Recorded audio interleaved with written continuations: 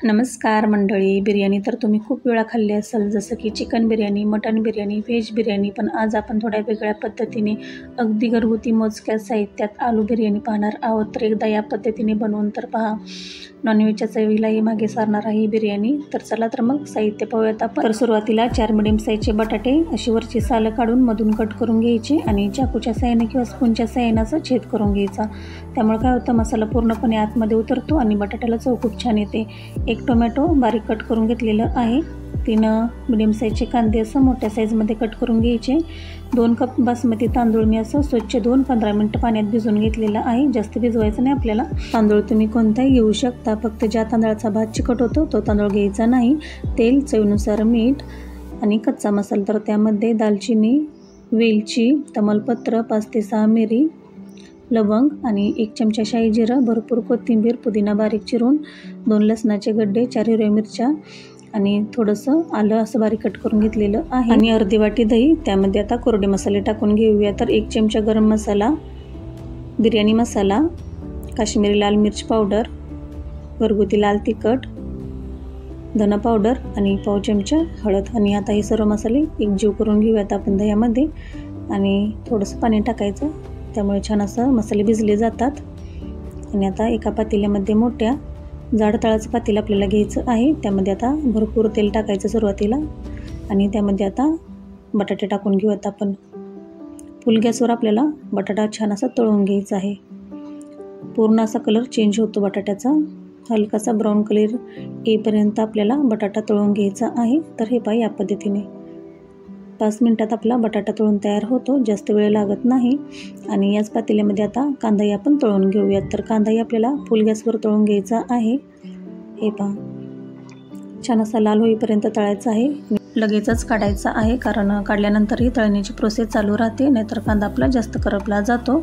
आणि आता थोडंसं उरलेलं जे तेल आहे ते आपण काढून घेऊयात आणि याच तेलामध्ये आता कच्चा मसाला टाकून घेऊयात. 30 ते 40 सेकंद मसाला तेलामध्ये छान असा परतून घ्यायचा आहे, त्यामुळे फ्लेवर छान असा तेलामध्ये उतरतो. आणि आता वरून हिरवी मिरची, अद्रक, लसणाचे 2 गड्डे आणि भरपूर कोथिंबीर आणि पुदिना टाकून घ्यायचा आहे आणि थोडंसं तेलामध्ये असं परतून घ्यायचं आहे. आणि बारीक कट करून घेतलेलं टोमॅटो टाकून घेऊयात.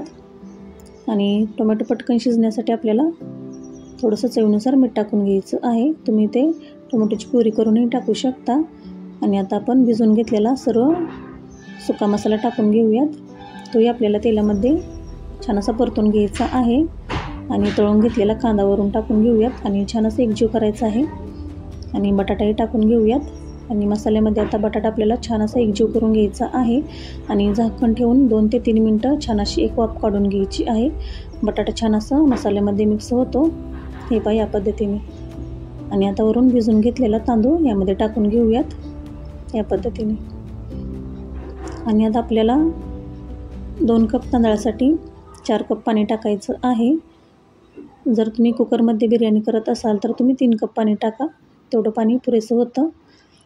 आणि आता वरून थोडीशी कोथिंबीर, पुदिना आणि 1 चमचा तूप टाकून घ्यायचं आहे, त्यामुळे बिर्याणी छान अशी आपली मोकळी होते. आणि फुल गॅसवर एक उकळी काढायची आहे आपल्याला सुरुवातीला. आणि झाकण ठेवून आपल्याला 12 ते 15 मिनटं छान अशी बिर्याणी शिजवून घ्यायची आहे बारीक गॅसवर.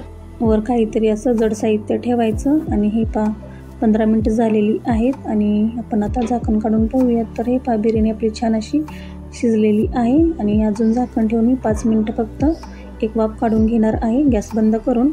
त्यामुळे जास्त अशी गरम बिर्याणी राहत नाही आणि आपण बिर्याणी काढत असताना त्याचं असं तुकडे पडत नाहीत. तर हे 5 मिनटं झालेली आहेत आणि तुम्ही पाहू शकता बिर्याणी आपली किती अशी मोकळी सुटसुटीत बनलेली आहे. आणि आता आपण एका ताटामध्ये काढून घेऊयात. तर जे कोणी नॉनव्हेज लवर असतील तर त्यांनासुद्धा वाटणार नाही की व्हेज बिर्याणी आहे, एवढी चविष्ट बनली जाते.